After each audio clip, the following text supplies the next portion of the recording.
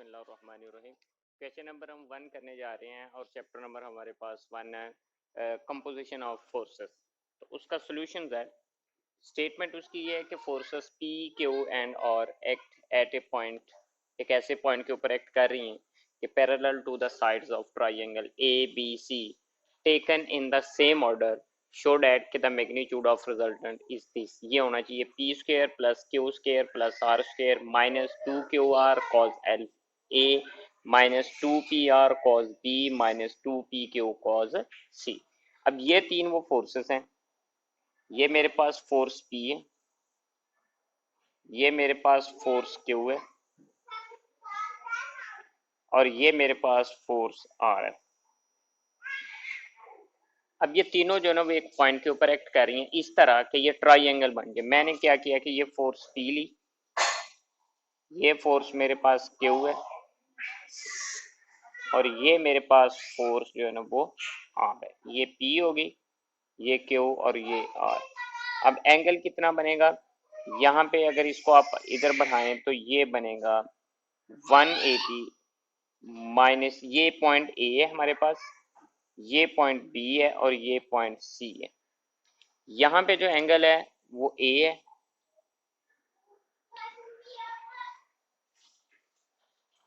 और यहाँ पे जो एंगल है वो B है और यहाँ पे जो एंगल है वो C है और इधर 180 माइनस C होगा। यहाँ पे जो एंगल बनेगा, अगर आप इसको इस तरह बढ़ाएं तो ये एंगल इसके साथ जो यहाँ पे बनेगा, ये इसको इस तरह बढ़ा के ले जाएं, ये 180 प्लस B आएगा। अब हमने क्या करना है, क्योंकि हमने ये रिजल्टेंट प्रूव करना है, late P Q and R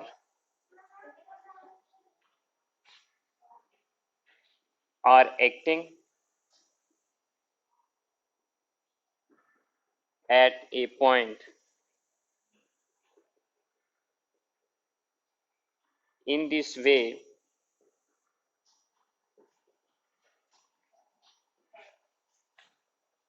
they make a triangle. Let R1 be the resultant of these forces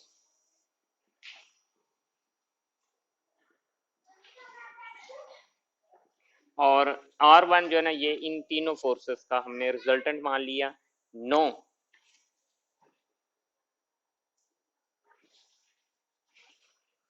resolve the forces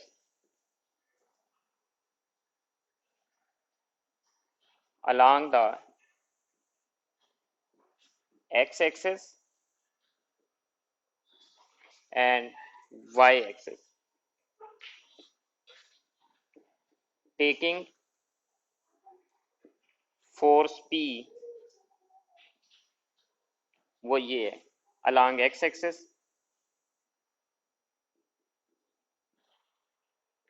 then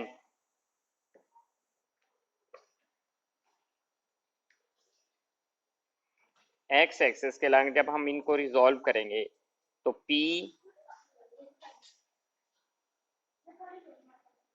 cos 0, क्योंकि ये फोर्स P है।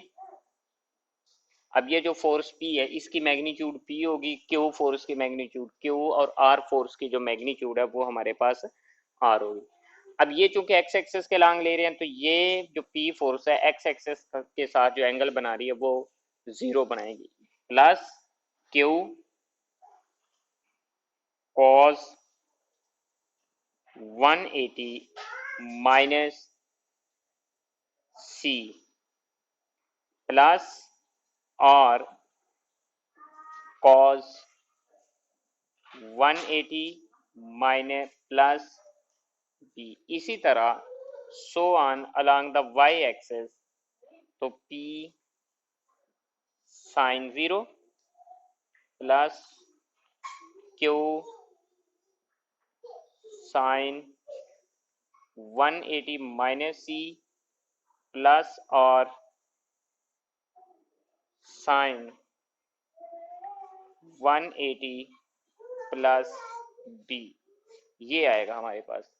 तो next x is equal to p cos 0 चूंकि 1 है, plus Q चूंकि ये second quadrant में जा रहा है और यहाँ पे 90 का मल्टीपल 2 है by the allied angle rule, cos जो है ना वो कॉस ही रहेगा और इनटू साथ जो एंगल है वो सी आ जाएगा और यहाँ पे साथ माइनस आएगा। उसकी रीजन क्योंकि कॉस जो है ना ये सेकंड क्वाड्रेंट में माइनस होता है, माइनस, और क्योंकि कॉस अब थर्ड में जा रहा है तो थर्ड में ये माइनस होगा कॉस बी, क्योंकि ये अलाइड एंगल रूल्स के मुताबिक 90 का 2 मल्टीपल है।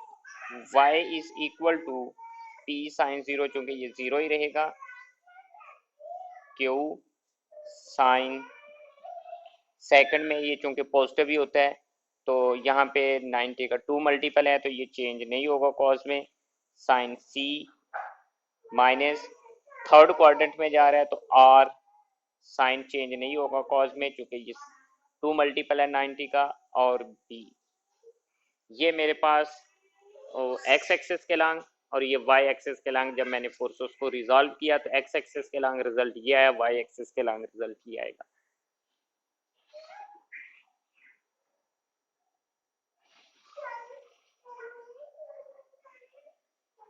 अब नेक्स्ट और रिजल्ट है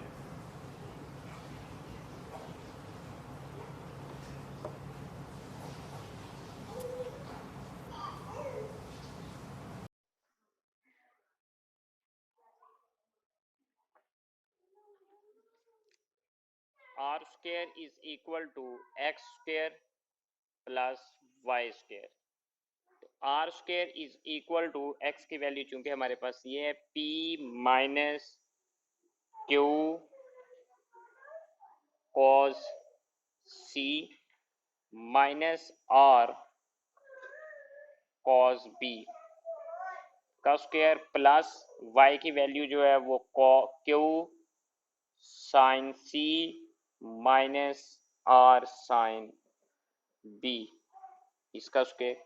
जब हम इनका स्क्वायर ओपन करेंगे r square is equal to p की पावर 2 प्लस क्यू की power 2 cos square C plus are square cos square b plus 2pq minus 2pq cos c minus 2pr cos b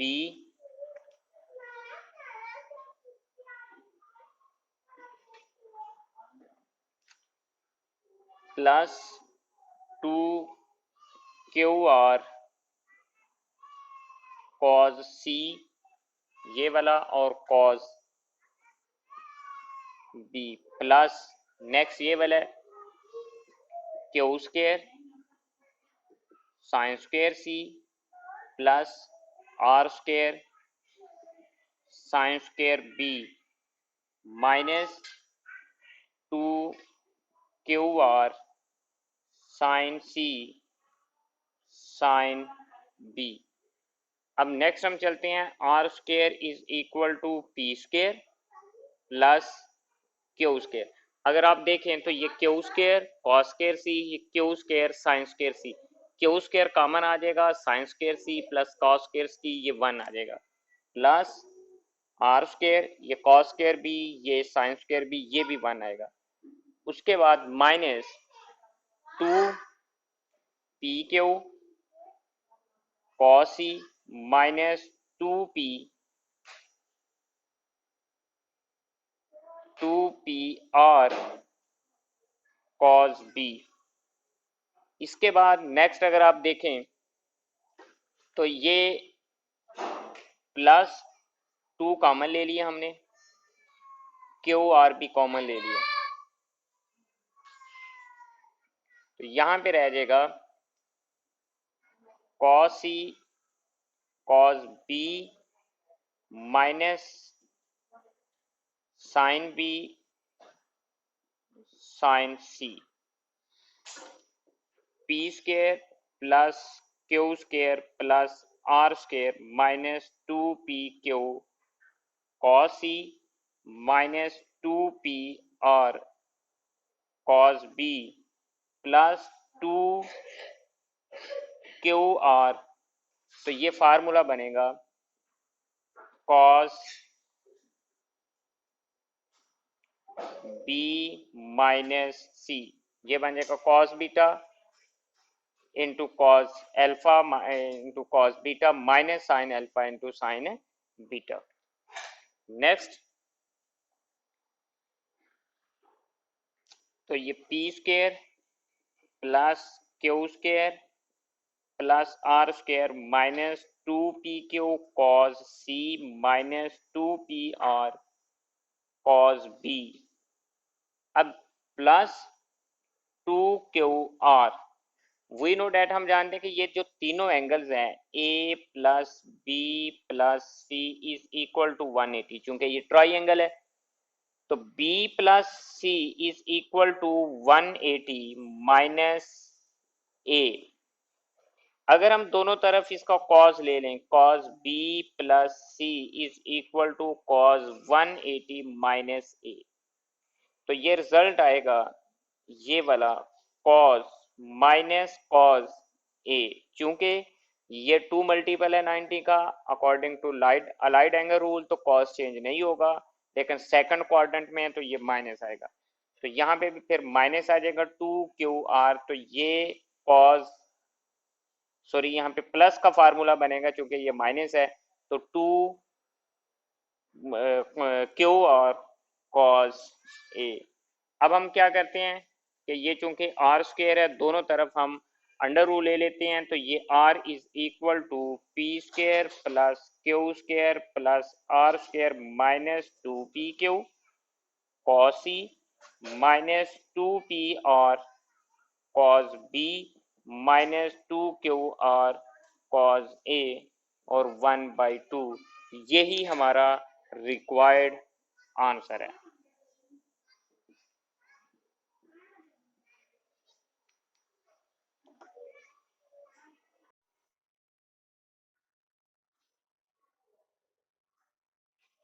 अब हम question number 2 करने जा रहे हैं। उसकी statement है कि forces P1, P2, P3, P4, P5 and P6 act along the sides of regular hexagon taken in order so that they will be in equilibrium if the summation of all the forces is equal to 0 and P1 minus P4 is equal to P3 minus P6 is equal to P5 minus P2।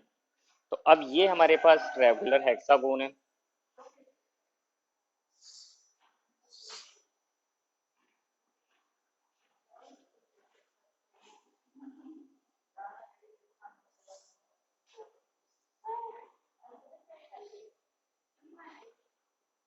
ये P1 force है, ये P2 है, ये P3 है और ये P4 है, इधर ये P6 है, P5 है और ये हमारे पास P6 है। अब ये रेगुलर हेक्सागोन है, हम क्या करते हैं, taking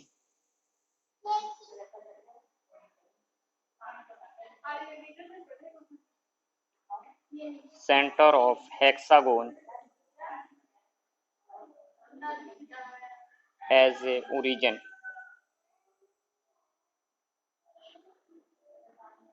no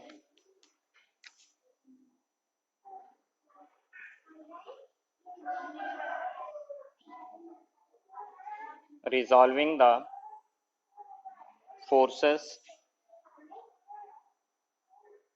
along and perpendicular to x axis, ये सेंटर है एज ए ओरिजिन ओ, ये एक्स एक्सिस है और ये हमारे पास वाई एक्सिस है। तो अब हम इनको रिजॉल्व करेंगे, जब हम इनको रिजॉल्व करेंगे तो एक्स एक्सिस के अलॉन्ग जो कंपोनेंट होंगे वो होंगे x is equal to P1 cos 0 plus P2 cos 60। क्योंकि रेगुलर हेक्सागोन है, हर साइड दूसरी साइड के साथ जो एंगल क्रिएट करेगी वो 60 डिग्री का क्रिएट करेगी, ये 60 डिग्री। इधर भी ये तमाम प्लस ये P1 ये P2 है, ये P3 cos 120 प्लस P4 180, ये P4 है, plus P5 cos 240 plus P6 cos 360। चूंकि ये पूरा एक जो है ना वो सर्कल या कह ले कि राउंड मुकम्मल हो गया, तो ये 360 डिग्री। इसी तरह सो ऑन वाई एक्सेस के लॉन्ग जो कंपोनेंट होंगे वो होंगे P1 sin 0, P2 sin 60, P3 sin 120, P4 sin 180, P5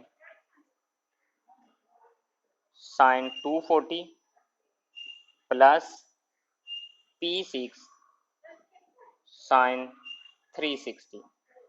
अब हमारे पास जो रिजल्ट आएगा वो ये आएगा, x is equal to P1 क्योंकि cos 0 1 प्लस P2 cos 60। इसका जो आंसर आता है वो आएगा 1/2 प्लस P3। अब ये जो cos 120 है इसको हम इस तरह लिखेंगे, cos 120 is equal to cos 90 plus 30। क्योंकि ये सेकंड क्वाड्रेंट में है, ये cos जो है ना ये कन्वर्ट हो जाएगा साइन में, तो cos जो है ना चूंकि सेकंड में नेगेटिव होता है तो ये नेगेटिव साइन 30, तो माइनस साइन 30 की वैल्यू 1/2 आएगी। तो यहाँ पे आएगा माइनस 1/2 P3, P4 cos 180 क्योंकि ये भी cos 180 माइनस होता है तो ये माइनस, प्लस P5 क्योंकि cos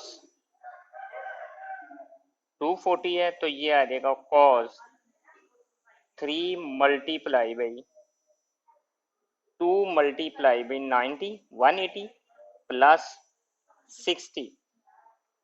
तो चूंकि ये जा रहा है थर्ड में तो cos कन्वर्ट नहीं होगा, लेकिन माइनस cos 60 तो ये आ जाएगा -1/2 -1/2 प्लस P6। अब उसके बाद है cos 360, तो cos 360 की वैल्यू क्योंकि ये भी हमारे पास 1 आएगी, सॉरी cos जो 360 है इसका आंसर जो है ना वो आएगा हमारे पास, सॉरी यहाँ पे 360 नहीं आएगा 300 आएगा।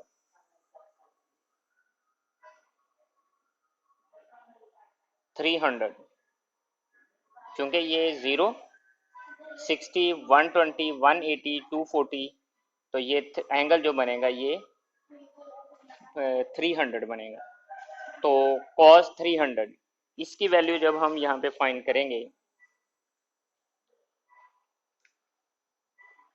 cos 300 इसको लिखेंगे cos 90 मल्टीप्लाई भी 3 प्लस 60, तो cos कन्वर्ट हो जाएगा साइन में, तो cos चूंकि फोर्थ क्वाड्रेंट में पॉजिटिव है तो साइन भी पॉजिटिव, तो ये आ जाएगा साइन 60 1/√3/2। तो ये आ जाएगा हमारे पास, सॉरी यहाँ पे 30 आएगा 30, तो साइन 30 1/2 आएगा, तो ये आएगा प्लस 1/2 P6। इसी तरह सो ऑन y ये इक्वल होगा साइन 0 0 प्लस P2 साइन 60 की वैल्यू आएगी √3/2 P2। अब साइन 120 की अगर हम बात करें,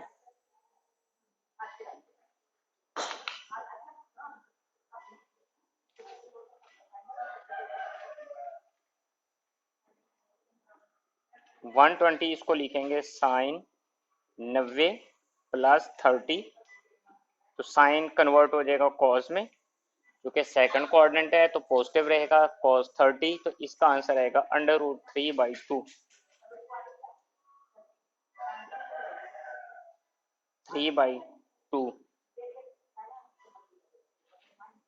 P3 प्लस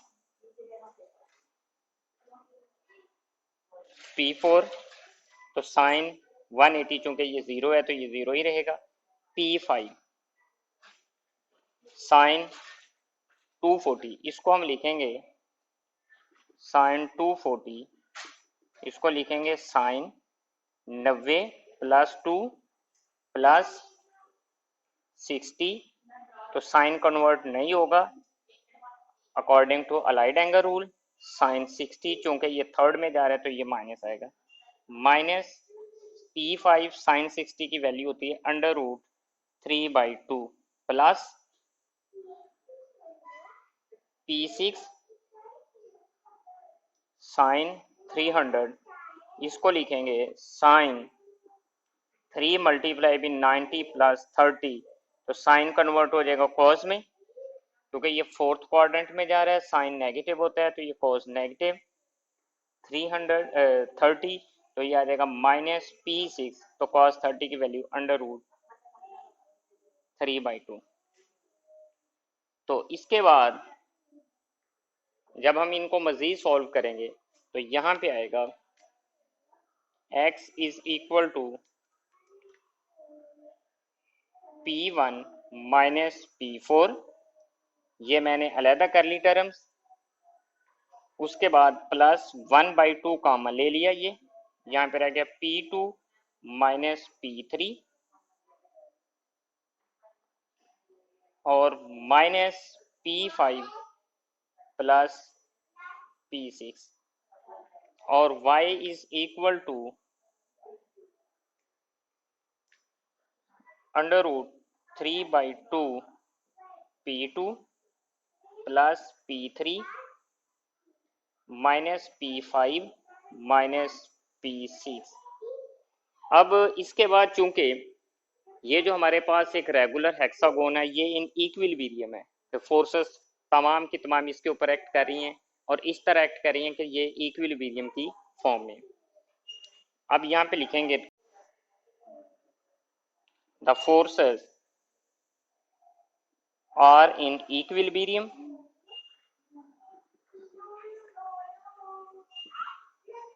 देन तो फिर इनका जो रिजल्टेंट भी होगा वो रिजल्टेंट कितना रहेगा, 0। अगर रिजल्टेंट 0 है तो मतलब एक्स एक्सेस के लॉन्ग तमाम कंपोनेंट्स का सम वो भी 0 और वाई के लॉन्ग तमाम कंपोनेंट्स का सम वो भी 0 रहेगा। अब हम इसको किस तरह लिखेंगे, नेक्स्ट एक्स एक्सेस के लॉन्ग जो कंपोनेंट का जो सम अप होगा फोर्सेस के कंपोनेंट वो भी 0, ये चीज एक्स इज इक्वल टू 0, इसको हम लिखेंगे P1 minus P4 plus 1/2 P2 minus P3 minus P5 plus P6, ये भी 0 क्योंकि y एक्सेस के लॉन्ग कंपोनेंट का सम वो भी 0, √3/2 P2 plus P3 minus P5 minus P6, ये भी 0। और यहां से जो हमारे पास रिजल्ट आएगा ये इक्वेशन नंबर 1 है, इसका हम नाम रख लेते हैं 2/2, तो ये √3/2 उधर चला जाएगा, यहाँ पे आ जाएगा P2